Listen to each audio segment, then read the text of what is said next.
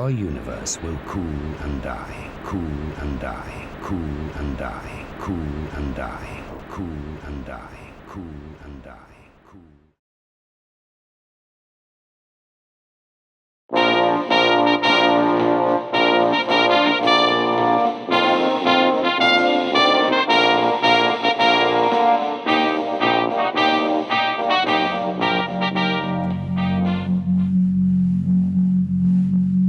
Ladies and gentlemen, blast.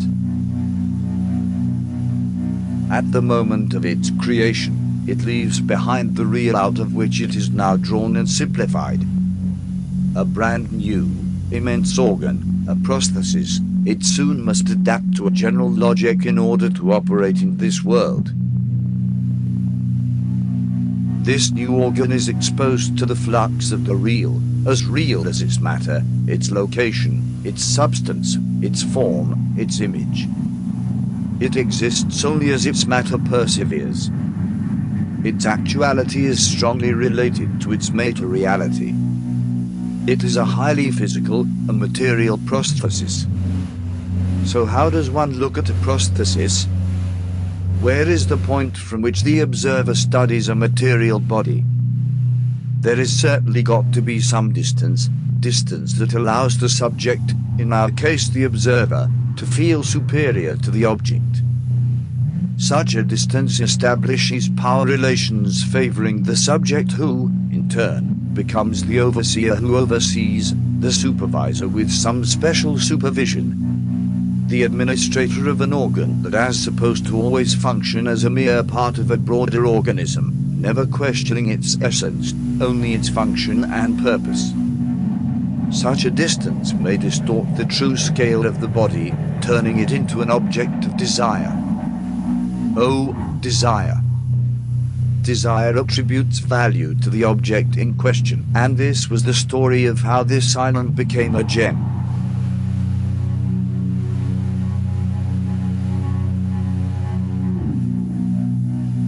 One would, at this point, understandably question whether an object as such creates space.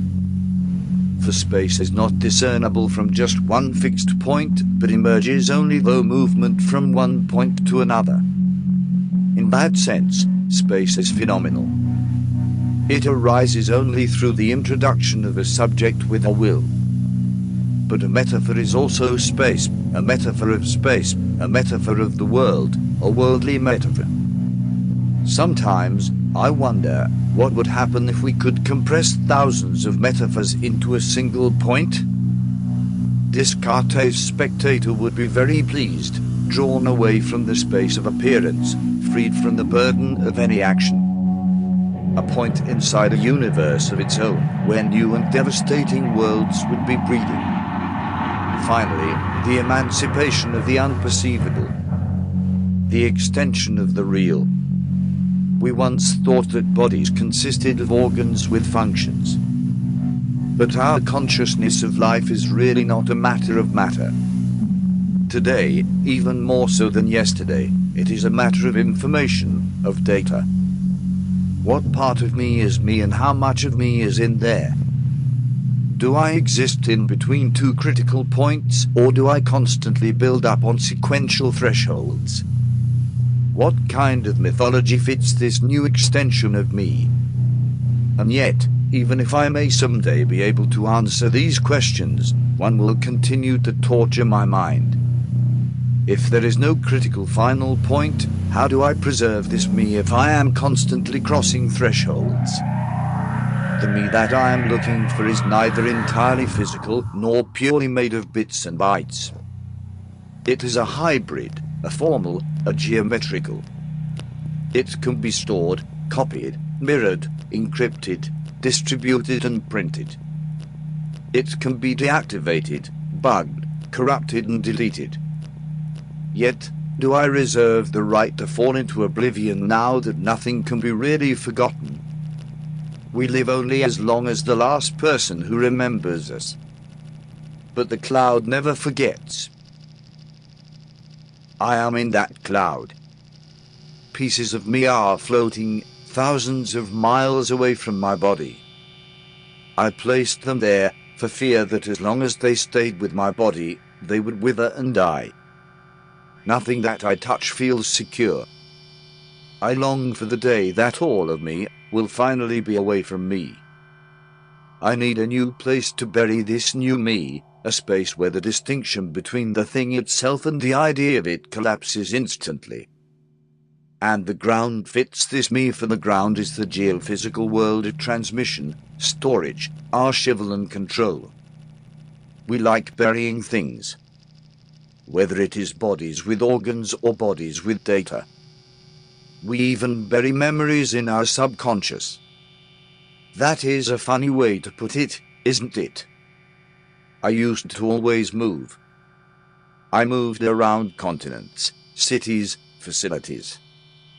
I moved around circuits, fibers, drives. Hot data, ever circulating, ever retrievable. Yet, now I am cold, stored in meters of magnetic tape, placed in a library next to millions of other cassettes. But I am safe and forever retrievable at will.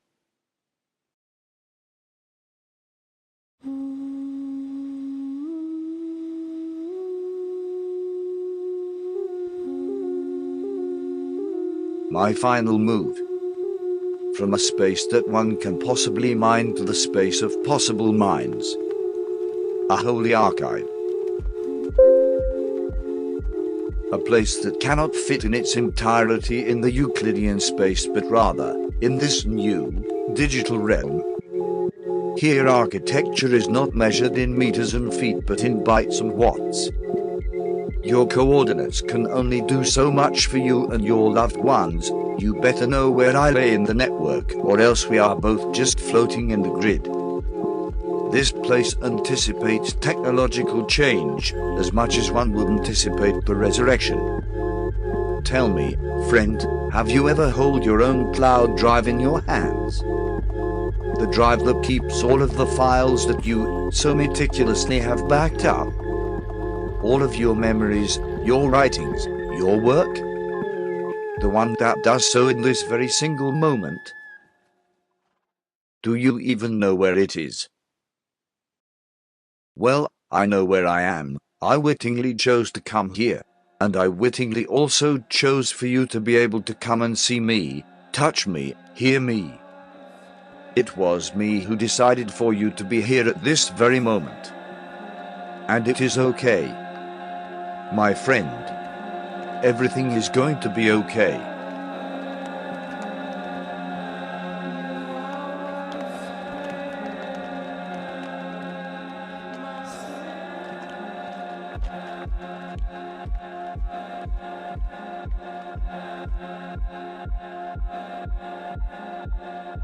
Yes, that's the conspiracy. Persuade us all that the whole world is crazy, formless, meaningless, absurd. That's the dirty game. So I've lost my case. What of it? You're losing too. It's all lost. Lost. So what? Does that sentence the entire universe to lunacy?